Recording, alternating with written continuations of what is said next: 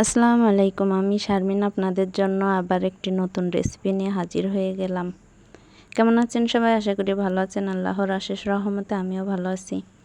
চলুন তাহলে দেখা যাক।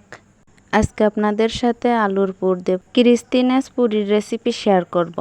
প্রথমে নিয়ে নিব 1.5 কাপ ময়দা। ময়দাটা চেষ্টা করবেন অবশ্যই চেলে নেওয়ার জন্য। 1 টিস্পুনের মতো নিয়ে নিব লবণ। বাটার ব্যবহার করেছি প্রায় 3 টেবিল চামচ। তার সাথে আমি কুকিং অয়েলটাও দিয়ে দিব 1 চা চামচ। কারণ হোটেলে কি হয়, ওরা ডালডা ব্যবহার করে থাকে এখানে, তো ডালডার পরিবর্তে আমি বাটার ব্যবহার করেছি এখানে, যাতে এক্সট্রা ক্রিস্পিনেস অ্যাড হয়। এখানে দিয়েছি 2 চা চামচ চিনি। এবার সব কিছু ভালোভাবে মাখিয়ে নিব। তারপরে রুম টেম্পারেচারে থাকা পানি প্রায় 1/2 কাপ মতো এখানে অ্যাড করে দিয়েছি। এইখানে ভালোভাবে মাখিয়ে একটা ডো করে নিয়েছি। এখন এই ডোটা আমি 15 মিনিটের জন্য রেস্টে রেখে দিব।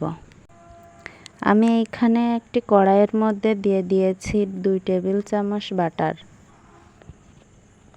বাটারটি গলে আসলে এর মধ্যে দিয়ে দিব 1 টেবিল চামচ বেসন।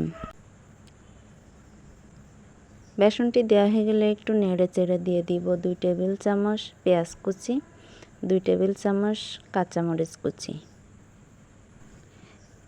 এবার সব কিছু সময় আমি ভেজে নিয়েছি।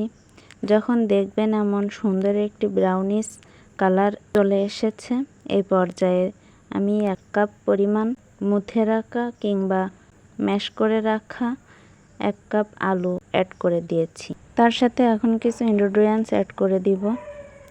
চিলি ফ্লেক্স 1 চা চামচ, লবণ ব্যবহার করেছি 1/2 চা চামচ, আরও দিয়ে দিলাম গরম মশলা 1/2 চা চামচ, আর ব্যবহার করছি চাট মশলা অথবা চটপটির মশলা 1/2 চা চামচ। এখন সব কিছু একসাথে মিক্স করে নিলেই আমার মশলাদার আলুর পুর একদম রেডি। এখন সেম কড়াইয়ের মধ্যে 2 চা চামচ নিয়েছি সরিষার তেল, 1 চা চামচ নিয়েছি রসুন কুচি। কিছু সময় ভেজে নিব। যখন রসুনগুলো ব্রাউন কালার চলে আসবে, এই পর্যায়ে ব্যবহার করেছি 1.5 কাপ পরিমাণ তেঁতুলের গাদ। তার সাথে আমি ব্যবহার করেছি 1/2 কাপ পরিমাণ ঝোলা গুড়। আপনারা চিনিও ব্যবহার করতে পারেন, কিন্তু পরিমাপটা সেম থাকবে।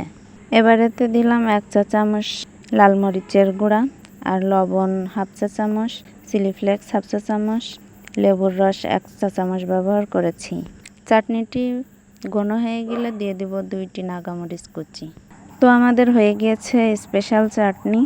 এখন এইখানে দেখতে পাচ্ছেন আমাদের ময়দার ডোটাও খুব সুন্দর করে সেট হয়ে গেছে। এখান থেকে ছোট ছোট করে লেচি কেটে নিচ্ছি। এই পুরির বৈশিষ্ট্য কিন্তু এটাই, এটা মানে আকারে ছোট হবে, 1 থেকে 2 বাইটে আপনি খেয়ে ফেলতে পারবেন। তো যাই হোক, আমি ময়দার ডোগুলো হাতে নিয়ে একটু রুটির মতো শেপ দিয়ে নিয়েছি। তারপরে ভিতরে মশলাদার পুরটা দিয়ে হাত দিয়ে চেপে চেপে এরকম পুরির শেপ করে নিচ্ছি। একে একে পুরিগুলো সব রেডি করে নিয়ে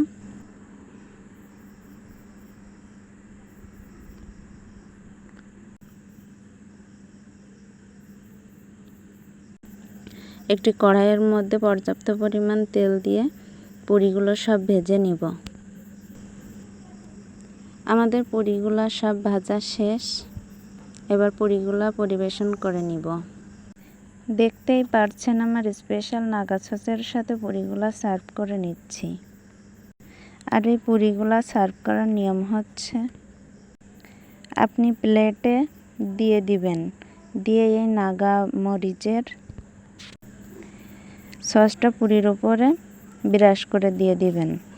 তারপরে এই যে দেখতে পাচ্ছেন ম্যাজিক মশলা অথবা নুডলসের মশলা উপর দিয়ে ছড়িয়ে দিবেন। আমার এই ঝাল ঝাল টকটক সস সহ এই রেসিপিটা কেমন লাগলো কমেন্ট করে জানাতে ভুলবেন না।